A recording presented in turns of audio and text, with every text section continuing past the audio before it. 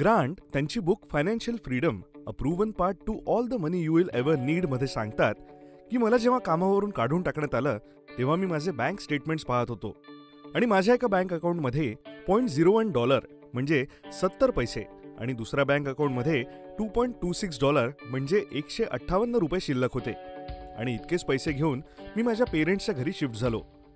Grant असंही सांगतात की बाकीच्या देशांबद्दल मला माहीत नाही, पण जर त्यांच्या देशात एखादा 24 वर्षांचा मुलगा त्याच्या पॅरेंट्ससोबत राहू लागला तर त्याला लूजर मानलं जातं आणि ॲक्च्युअलमध्ये ते स्वतःला लूजर समजत होते, कारण त्यांचे पेरेंट्स त्यांना रोज जेवणाच्या वेळी विचारायचे की तुला जॉब मिळाला की नाही आणि त्यावर ते डोळे झुकून म्हणायचे, नाही, मी जॉब शोधतोय.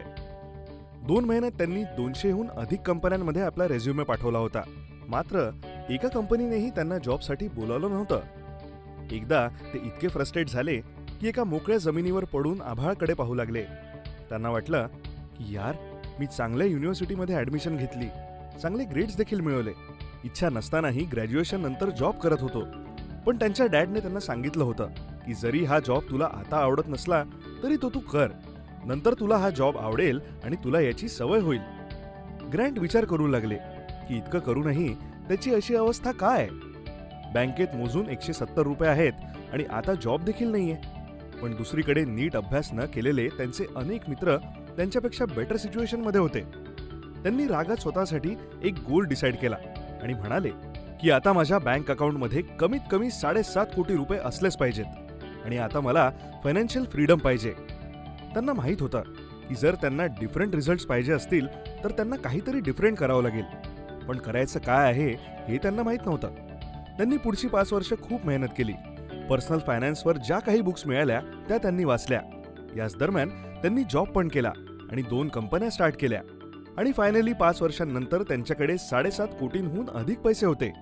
ते ₹150 वरून 7.5 कोटींपर्यंत कसे पोचले आणि बाकी लोक देखील फायनान्शियल फ्रीडम कसे अचीव्ह करू शकतात यावर त्यांनी financial freedom a proven path to all the money you will ever need हे पुस्तक लिहिलं. यात त्यांनी घेतलेल्या प्रत्येक स्टेप्स दिल्या आहेत. आजचा व्हिडिओ पण याच पुस्तकावर आहे.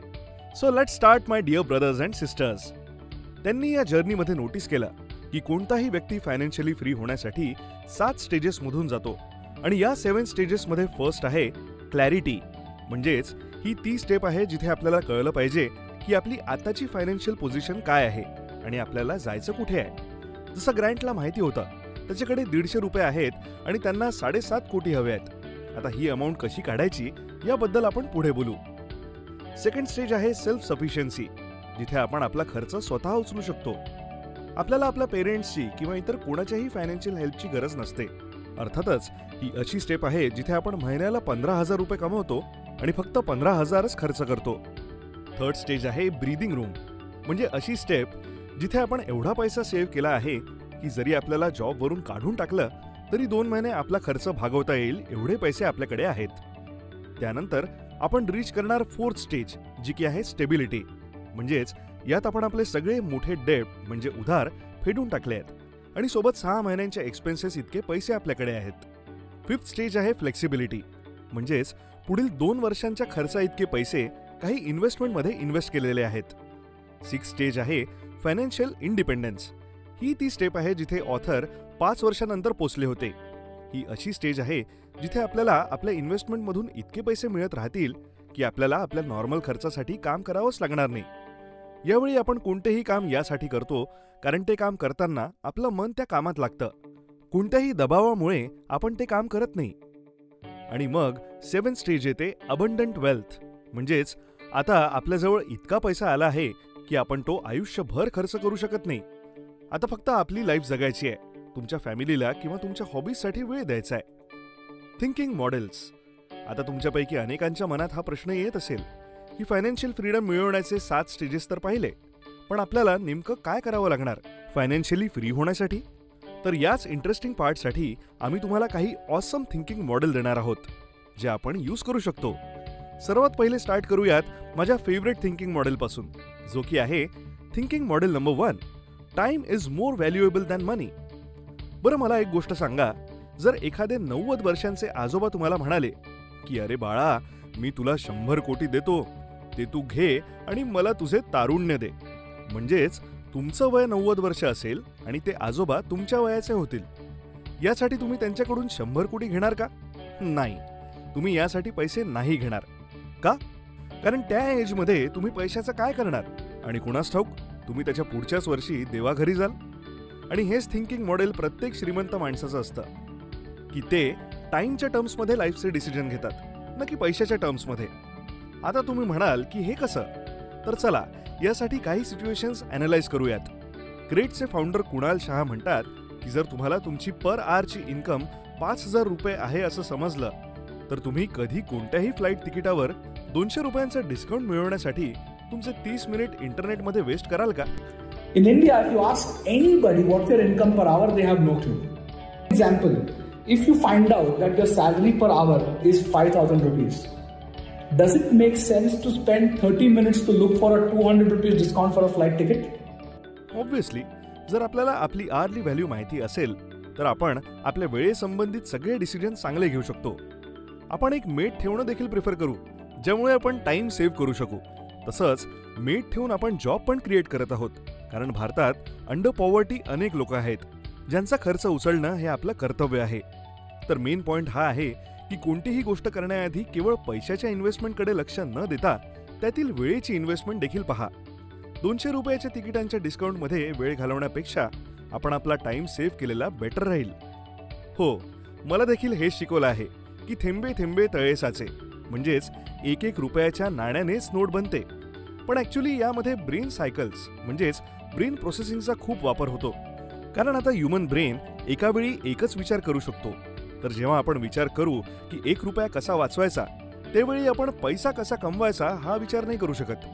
तरी पण स्वतःला भारमुक्त करण्यासाठी मी तुम्हा सर्वांना हे नक्कीच सांगू इच्छितो की जर तुम्ही प्रत्येक रुपया वाचवून मग खर्च करत असाल तर तेच करा. कारण कदाचित या व्हिडिओमुळे व टाइम वाचवण्याच्या चक्करमध्ये तुमची ती हॅबिट तुटू शकते. आणि हां, टाइम वाचवून आपल्याला जे करायचं होतं, जसं की आपले फायनान्शियल नॉलेज इन्क्रीज करणं किंवा कोणत्याही आयडियाचं एक्झिक्युशन करणं, जर तुम्ही तसं केलं नाही तर मग त्यातून डिझास्टर होईल आणि त्याची जबाबदारी मला किंवा या बुकच्या ऑथरला घ्यायची नाहीये. थिंकिंग मॉडेल नंबर 2 हे सांगतं की व्हॉट इज युअर नंबर, म्हणजेच इन शॉर्ट आपल्याला फायनान्शियली फ्री होण्यासाठी किती पैसे पाहिजेत. ओके, तर आतापर्यंत आपल्याकडे जो नंबर आहे ॲज पर ट्रिनिटी स्टडी, जर आपण आपल्या ॲन्युअल एक्सपेन्सेसच्या 25 पट पैसे गोळा केले आणि इंडेक्स फंड किंवा कोणत्याही इन्व्हेस्टमेंट व्हेकलमध्ये ग्रो होऊ दिले तर आपण थेरोटिकली 4% पैसे आयुष्यभर विड्रॉ करू शकतो आणि हे पैसे कधीच संपणार नाहीत. चला तर हे एक्झाम्पलने समजून घेऊ. समजा कम्फर्टेबली जगण्यासाठी दर महिन्याला तुम्हाला 1 लाख रुपये लागतात आणि तो पैसा इन्फ्लेशन सोबत ग्रो व्हायला हवा अशी देखील आपली इच्छा आहे. म्हणजेच वर्षाला आपल्याला अप्रॉक्सिमेटली 12 लाख रुपये पाहिजेत. 12 लाखाचे 25 टाइम म्हणजे 25 पट होतात 3 कोटी रुपये. आता 3 कोटीचे 2 भाग केले तर 1.5 कोटी आणि 1.5 कोटी, तर 1.5 कोटी अमाऊंट जाईल FD मध्ये, जे आपण पुढील 12 वर्षांसाठी खर्च करू शकतो. आणि 12 वर्षांच्या शेवटी ते पैसे शून्य होतील आणि बाकी 1.5 कोटी रुपये इंडेक्स फंडात जातील, जे 12 वर्षांच्या एंडपर्यंत जर इंडेक्स फंडमधून 15% रिटर्न मिळाला तर त्याचे अप्रॉक्सिमेटली 8 कोटी रुपये होतील. या 8 कोटींचे जर 4-4 कोटी असे 2 भाग केले, यातील 4 कोटींचे एक पॅकेट FD मध्ये जाईल आणि दुसरे 4 कोटीचे पॅकेट इंडेक्स फंडमध्ये जाईल. हे 4 कोटी रुपये 12 वर्ष खर्च करू शकलो तर अप्रॉक्सिमेटली आपल्याकडे 4 कोटी पर 144 महिने, जे होतात नियरली 2,80,000, जे आपण दर महिन्याला खर्च करू शकतो. आणि बाकी 4 कोटी जे आपण इंडेक्स फंडमध्ये ठेवले होते ते 12 वर्षांच्या शेवटी अप्रॉक्सिमेटली होतील 22 कोटी, जर इंडेक्स फंडने 15% रिटर्न दिले तर. आता या थेअरी नंतर तुमच्या मनात देखील खूप प्रश्न आले असतील. पहिला प्रश्न, जर इंडेक्स फंडमध्ये 15% रिटर्न मिळाले नाही तर हा प्लॅन फ्लॉप होईल, किंवा 12 वर्ष झाले आणि जर त्यावेळेस मार्केट डाऊन झालं तर तुम्हाला खूप कमी रिटर्न मिळतील आणि आपला प्लॅन फ्लॉप होईल. And yes, you are right, but हा एक नंबर आहे आणि याला आपण रियालिटीमध्ये देखील आणू शकतो. मित्रांनो, या दोन्ही प्रश्नांसाठी आम्ही इंडेक्स फंडवर एक डिटेल्ड व्हिडिओ बनवलाय आणि आय होप तुम्हाला त्यातून खूप शिकायला मिळेल. या व्हिडिओची लिंक आम्ही डिस्क्रिप्शनमध्ये दिली आहे. या व्हिडिओ नंतर तुम्ही तो व्हिडिओ नक्की पहा. नेक्स्ट इम्पॉर्टंट प्रश्न जो माझ्या मनात देखील आला होता आणि हो, तुमच्या देखील मनात आला असेल की भाऊ हे 3 करोड रुपये आणायचे कुठून? 3-4 करोड रुपये एकत्र करणं कोणती लहान गोष्ट नाहीये आणि यामुळे पुढचे 3 थिंकिंग मॉडेल हे पैसे एकत्र कसे करावे यासाठीच आहे. तर नेक्स्ट थिंकिंग मॉडेल आहे compounding can make you financially free earlier. हा पॉइंट हे सांगतो की लवकर फायनान्शियली फ्री होण्यासाठी योग्य अमाऊंट लवकर एकत्र आणावी लागेल आणि यासाठी आपण पैसे सेव्ह करून त्याला कंपाऊंड करण्यासाठी इन्व्हेस्ट करायला हवे. कारण प्रत्येक 1000 रुपयाची नोट जी आज आपण सेव्ह करू तीच कदाचित 10-20 वर्षांनंतर आपल्याला फायनान्शियली फ्री व्हायला मदत करू शकते. आय नो आता तुमच्यापैकी काही जण म्हणतील की यार, आपण पहिल्या पॉइंटमध्ये डिस्कस केलं होतं की वेळेला सगळ्यात जास्त महत्त्व द्यायला हवं, कुपन कोड वगैरे शोधण्यात जास्त वेळ नाही घालवला पाहिजे, आणि आता तुम्ही काहीतरी वेगळं सांगत आहात. तर लेखकाच्या मते आपल्याला प्रत्येक गोष्टीमध्ये पैसे सेव्ह करायची गरज नाही, पण अशा 3 गोष्टींमध्ये आपण नक्कीच पैसे सेव्ह करायला हवेत जिथे ॲव्हरेज माणूस सगळ्यात जास्त पैसे खर्च करतो. जर आपण तिथे पैसे वाचवले तर आपल्याला खूप फायदा होऊ शकतो. आणि या 3 गोष्टी आहेत घर, महागडी गाडी आणि महागातले जेवण. जर आपण काही वर्षांसाठी एखाद्या साध्या घरात राहिलो किंवा रेंटवर राहिलो किंवा एक स्टँडर्ड मेंटेन केला आणि थोड्या रिमोट एरियामध्ये राहिलो तरी आपण खूप मोठी अमाऊंट सेव्ह करू शकतो. आणि याच पद्धतीने आपण दिखावा करण्यासाठी गाडी घेण्यापेक्षा जर आपण तीच गाडी घेतली जिची आपल्याला खरंच गरज आहे तरी आपली खूप मोठी सेव्हिंग होऊ शकते. तिसरं आहे जेवण. जर आपण खूपदा हॉटेल्स किंवा बाहेरच्या जेवणात पैसे खर्च करत असलो तर आपण त्याला मिनिमाइज करायला हवं आणि घरचं जेवण प्रिफर करायला हवं. आणि यामुळे जो पैसा वाचेल त्याला आपण इन्व्हेस्ट करू शकतो. या व्यतिरिक्त मी इथे एक गोष्ट ऍड करेल आणि ती आहे इंडियन मॅरेजेस. यात देखील आपण खूप पैसे खर्च करतो आणि आपले पॉकेट जेवढा खर्च अलाव करत नाही त्यापेक्षा जास्त पैसे आपण यात खर्च करतो. याच्यावर मी जास्त कमेंट नाही करणार कारण यासोबत आपले इमोशन्स जुळलेले असतात, पण माझा मुद्दा समजदार लोकांना समजला असेलच. फायनान्शियल फ्रीडमला लवकर अचीव्ह करण्यासाठी नेक्स्ट वे आहे thinking model number 4, make money with side businesses. लेखकाने फायनान्शियली फ्री होण्यासाठी रिअल इस्टेटमध्ये देखील पैसे इन्व्हेस्ट केले होते. रिअल इस्टेटमध्ये 2 वेज आहेत पैसे कमवण्यासाठी. पहिला आहे फ्लिप, म्हणजे स्वस्तात एखादी प्रॉपर्टी विकत घ्या, त्याला ठीक करा आणि मग त्या प्रॉपर्टीला महागात विका. आणि दुसरा आहे रेंटल इन्कम, म्हणजे लोनवर घर घ्या आणि रेंटल इन्कमवर त्या घराचे लोन पूर्ण करा आणि मग जेव्हा लोन पूर्ण होईल तेव्हा पूर्ण घर तुमचं असेल. या 2 मॉडेल्सवर काही पुस्तकं देखील लिहिण्यात आली आहेत. रिक विलानी लिखित flip, how to find, fix and sell houses for profit किंवा गॅरी केलर यांचे millionaire real estate investor. Second option आहे हसलिंग विथ जॉब. मॅट एक 25 वर्षांचे ग्राफिक डिझायनर आहेत जे की आपल्या जॉबमधून वर्षाचे 6 लाख रुपये कमावतात. त्याला त्याच्यासोबत काम करणारे लोक देखील खूप आवडतात आणि त्याचं काम सोडण्याचा देखील कोणताच विचार नाहीये. पण एक गोष्ट जी मॅट सोबत काम करणाऱ्या लोकांना माहिती नाहीये ती म्हणजे दरवर्षी त्याच्या जॉबच्या इन्कम सोबत मॅट 25 लाख रुपये एक्स्ट्रा कमवतोय, कारण त्याने 3 वर्षांपूर्वी एक कंपनी उघडली होती. तर झालं असं होतं की मॅट त्याचा जॉब झाल्यानंतर काही लोकांच्या डॉग्सला फिरायला घेऊन जायचा, ज्याच्यासाठी त्याला 250 रुपये प्रति तासासाठी मिळायचे आणि तो आठवड्याला 10 वेळा डॉग्सना बाहेर फिरायला घेऊन जायचा. पण जेव्हा त्याचे खूप नेबर्स त्याला डॉग फिरायला घेऊन जाण्यासाठी कॉल करू लागले तेव्हा त्याला याची जाणीव झाली की हा एक चांगला बिझनेस बनू शकतो. त्याने या कामासाठी एक प्लॅटफॉर्म, एक ॲप बनवलं आणि मग ज्या विद्यार्थ्यांना काही एक्स्ट्रा पैसे कमवायचे होते ते या ॲपवर रजिस्ट्रेशन करून काही डॉग्सना फिरायला घेऊन जायचे आणि त्यामुळे त्यांना देखील एक्स्ट्रा इन्कम मिळत होतं. यासोबतच डॉग ओनर्स देखील या ॲपमध्ये रजिस्ट्रेशन करू शकत होते. यासाठी मॅट त्यांना चार्ज करू लागले आणि याच पद्धतीने या सिंपल बिझनेस आयडियामुळे मॅट आपल्या जॉबपेक्षा 4 पट जास्त पैसे कमवत होते आणि यामुळेच काही वर्षातच ते फायनान्शियली फ्री झाले. लेखक म्हणतात की जॉब झाल्यावर नेटफ्लिक्सवर मूव्हीज बघण्यापेक्षा आपण एखादा साइड बिझनेस स्टार्ट केला तर ते बरं राहील, किंवा आपण कोणतेही एक्स्ट्रा काम करू शकतो जसं की designing, Photoshop, Facebook, advertising, editing, researching, coding etcetera. लेखकाने दोन्ही म्हणजे रिअल इस्टेट आणि काही बिझनेसेस चालू केले होते. त्यामुळे जर आपल्याला देखील वाटत असेल तर आपण देखील हा हायब्रिड अप्रोच फॉलो करू शकतो. नेक्स्ट थिंकिंग मॉडेल आहे लर्न टू सेल स्टफ. लेखक सांगतात की सगळ्यात मोठी स्किल जी मी काही मागील वर्षात शिकलो ती म्हणजे आपण सेलिंग कसं करू शकतो. लेखकाचं असं मत आहे की प्रॉडक्ट आपण कोणाकडूनही बनवून घेऊ शकतो किंवा त्याच्यासाठी तुम्ही लोक देखील हायर करू शकता, पण सेलिंग तुम्हाला स्वतःला यायला हवं, कारण ही बिझनेसमध्ये सगळ्यात मोठी आणि इम्पॉर्टंट स्किल आहे. पण जर तुम्हाला सेलिंग शिकायची असेल तर तुम्ही डॅन केनेडीचे दी अल्टिमेट सेल्स लेटर हे पुस्तक वाचू शकता किंवा रॉबर्ट सिएल्डिनीचे influence the psychology of persuasion, Russell ब्रन्सनचे .com series, expert secrets, traffic secrets किंवा क्लॉड सी हॉपकिन्स यांचे my life in advertising and scientific advertising सारखी पुस्तकं तुम्ही वाचू शकता.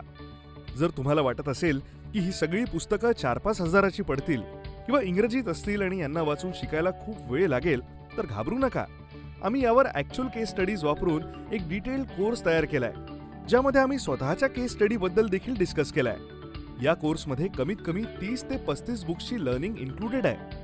जर तुम्हाला शिकायचं असेल तर या कोर्सचं नाव आहे सेल लाईक क्रेझी, जो तुम्ही गिगल व्हिडिओ ॲपवरून पाहू शकता. डिस्क्रिप्शनमध्ये आणि फर्स्ट कमेंटमध्ये या कोर्सची लिंक आम्ही दिली आहे.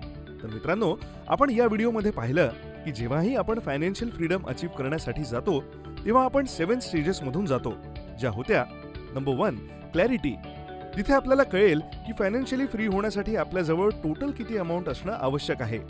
सेल्फ सफिशियन्सी, जिथे आपण इतके पैसे कमवू लागलो की आपल्याला कोणाकडून काहीही घेण्याची गरज नाहीये. ब्रीदिंग रूम, म्हणजेच आपल्याकडे पुढील 1-2 महिन्यांसाठीच पैसे सेव्ड आहेत. स्टेबिलिटी, जिथे आपल्याकडे पुढील 6 महिन्यांसाठी लागणारे पैसे सेव्ड आहेत. फ्लेक्सिबिलिटी, म्हणजेच पुढील 2 वर्षांच्या खर्चा इतके पैसे आपण जोडले असतील. फायनान्शियल इंडिपेंडन्स, जिथे आपले ॲसेट किंवा आपले सेव्ह केलेले पैसे आपल्याला इतका पैसा कमावून देतील की ते आपल्या पूर्ण जीवनाचे खर्च म्हणजेच एक्सपेन्सेससाठी पुरेसे असतील. अबंडंट वेल्थ, म्हणजेच आपण आता एवढे पैसे जोडले आहेत जे आपण आयुष्यभर सुद्धा खर्च करू शकत नाही आणि आता आपल्याला फक्त आपल्या फॅमिलीसाठी आणि आपल्या हॉबीजसाठी वेळ घालवायचा आहे. यानंतर आपण डिस्कस केलं होतं की आपण एका स्टेजवरून दुसरी स्टेज कशी पार करणार. यासाठी आपण थिंकिंग मॉडेल्स पाहिले होते. यामधील सर्वात पहिलं थिंकिंग मॉडेल होतं time is more valuable than money, म्हणजेच नेहमी असा विचार करा की आपण एखाद्या गोष्टीसाठी जो वेळ देणार आहोत तो आपल्या आर्ली रेटपेक्षा जास्त हवा. जर नाही तर तो टाइम युजफुल जागी लावा. थिंकिंग मॉडेल नंबर 2 मध्ये आपण पाहिलं की आपण आपल्या ॲन्युअल एक्सपेन्सेसच्या 25 पट पैसे गोळा केले तर तो एक अप्रॉक्सिमेट नंबर आहे जो आपल्याला फायनान्शियली फ्री करू शकतो. यामध्ये आपण इंडेक्स फंड बद्दल देखील बोललो, ज्याची डिटेल्ड व्हिडिओ लिंक डिस्क्रिप्शनमध्ये दिली आहे. नेक्स्ट थिंकिंग मॉडेल होतं कंपाऊंडिंग, म्हणजेच आपण आता इन्व्हेस्ट केलेली प्रत्येक 1000 रुपयाची नोट आपल्याला शक्य तितक्या लवकर फायनान्शियली फ्री करू शकते. त्यामुळे घर, गाडी, महागडे जेवण किंवा लग्नामध्ये अनावश्यक गोष्टींवर होणारा खर्च आपण वाचवू शकतो. नेक्स्ट थिंकिंग मॉडेल होतं साईड हसल, म्हणजेच एकतर आपण रिअल इस्टेटमध्ये इन्व्हेस्ट करू शकतो किंवा आपण आपला साईड बिझनेस सुरू करू शकतो, जेणेकरून आपली फायनान्शियल जर्नी लवकर कंप्लीट होईल. नेक्स्ट थिंकिंग मॉडेल होतं लर्न टू सेल स्टफ. बिझनेसमधील सर्वात मोठी स्किल म्हणजे वस्तू सेल करणं. जर तुम्हाला यावर डिटेल कोर्स करायचा असेल तर तुम्ही आमच्या गिगल व्हिडिओ ॲपला भेट देऊ शकता आणि आमचा कोर्स जॉईन करू शकता. या ॲपची लिंक डिस्क्रिप्शनमध्ये आणि पहिल्या कमेंटमध्ये दिली आहे. ओके, जर तुम्हाला वाटत असेल की हा व्हिडिओ तुमच्या कोणत्या मित्रासाठी किंवा फॅमिली मेंबरसाठी उपयुक्त ठरू शकतो तर तुम्ही हा व्हिडिओ त्यांच्यासोबत नक्की शेअर करा. एनिवे, जर तुम्हाला असे नॉलेजेबल व्हिडिओज मिस करायचे नसतील तर चॅनल सबस्क्राईब केल्यानंतर बेल बटन दाबायला विसरू नका. तुम्हाला पुढचा व्हिडिओ कोणत्या टॉपिकवर हवा आहे हे देखील तुम्ही कमेंटमध्ये सांगू शकता. लवकरच पुन्हा भेटू. जय हिंद, जय महाराष्ट्र.